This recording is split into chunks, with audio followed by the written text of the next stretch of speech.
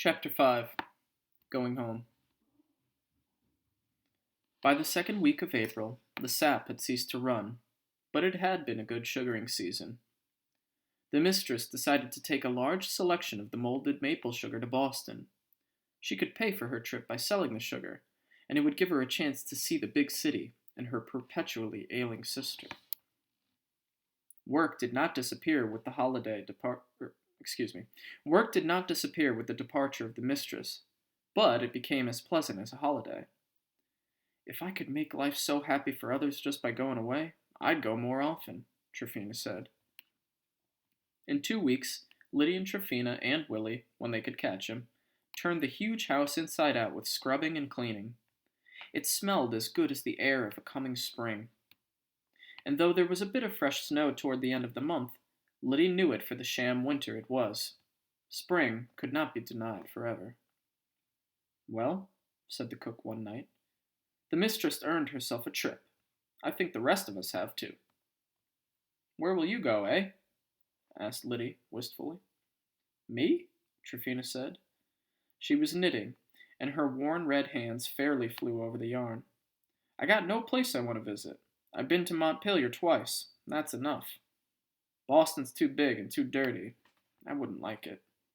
Where would you go?" "Home," said Lyddie, her voice no more than a whisper. "Home? But that's hardly 10 miles. Lyddie nodded. "It might as well be 10,000. "You can go and be back in no more than a couple of days at most."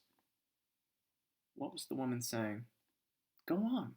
Tomorrow, if you like." Lyddie couldn't believe her ears. But who's going to care with the mistress gone? She turned the row and began to purl, without ever looking down. "Would it be all right?" "If I say so," Tryphena said. "With her gone, I'm in charge, eh?" Lyddie wasn't going to argue. "If you was to wait, the ground would thaw to mud. Better go tomorrow if it's fair. Take a little sugar to your brother on the way." Lyddie opened her mouth to ask again if it would be all right, but decided not to. If Tryphena said she could go, who was Lyddie to question?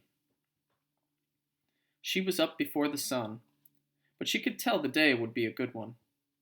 She took a lunch bucket of bread and cheese and a little packet of molded sugar.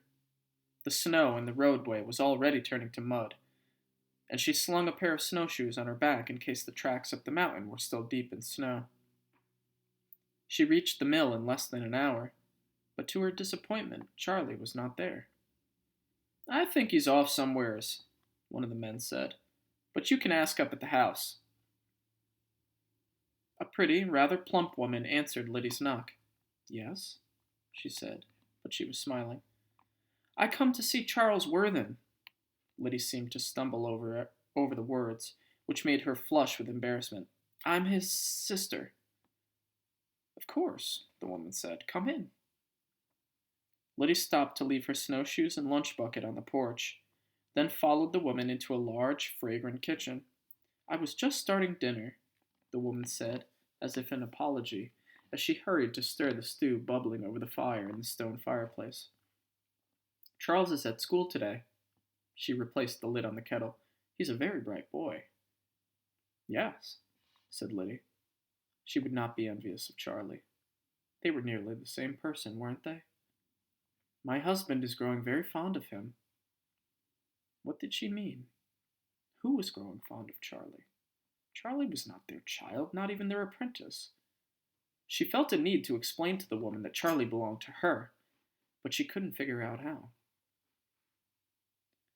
"Just tell him I was here, eh?" she said awkwardly. At the door, she remembered the sugar and shoved it at the woman. "Some sugar," she mumbled. "We'd be happy for you to stay a while," the woman said. But Lyddie was already picking up her things. "I have to go," she said. "Not much time." She realized later that she had forgotten to say thank you, but there was no going back. Besides, she was in a hurry to get to the farm. She'd have time to clean the house well and check the roofs, as well as find a good place to hide the money. She'd just spend the night there, as it would be almost dark by the time she got everything done. If she got an early start the next day, perhaps she could stop by once more at the mill.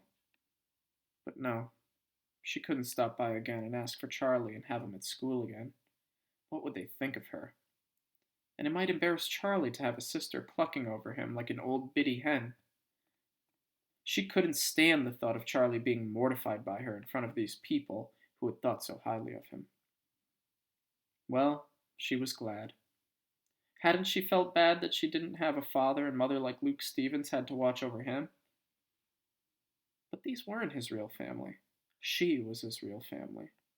More than their mother, really, who had shucked them off like corn husks to follow her craziness.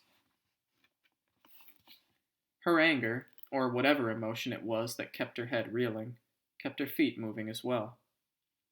She was walking past the Stevens' farm by noon. She never stopped to eat, but on the last leg of the trip she suddenly realized her hunger and chewed on the now hard roll and dry cheese as she climbed the narrow track toward the farm.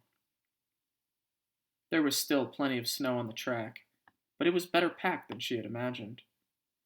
Mr. Westcott must be going back and forth to see his cows. And then she realized that there was snow on the pastures. There'd be no animals up in the fields. But of course, the sugaring. He had gone back and forth gathering sap from the sugar bush. When she rounded the bend, she half expected the cabin to have disappeared. But there it sat, sagging a bit, squat and honest as her father had built it. The firewood was stacked against the door, as she and Charlie had left it. The roof seemed undamaged from the snow, thanks, perhaps, to Luke Stevens. Those must be his tracks around the cabin. She felt kindly toward the tall, awkward young Quaker for taking care. She fetched the short ladder from the shed and propped it against one of the two south windows.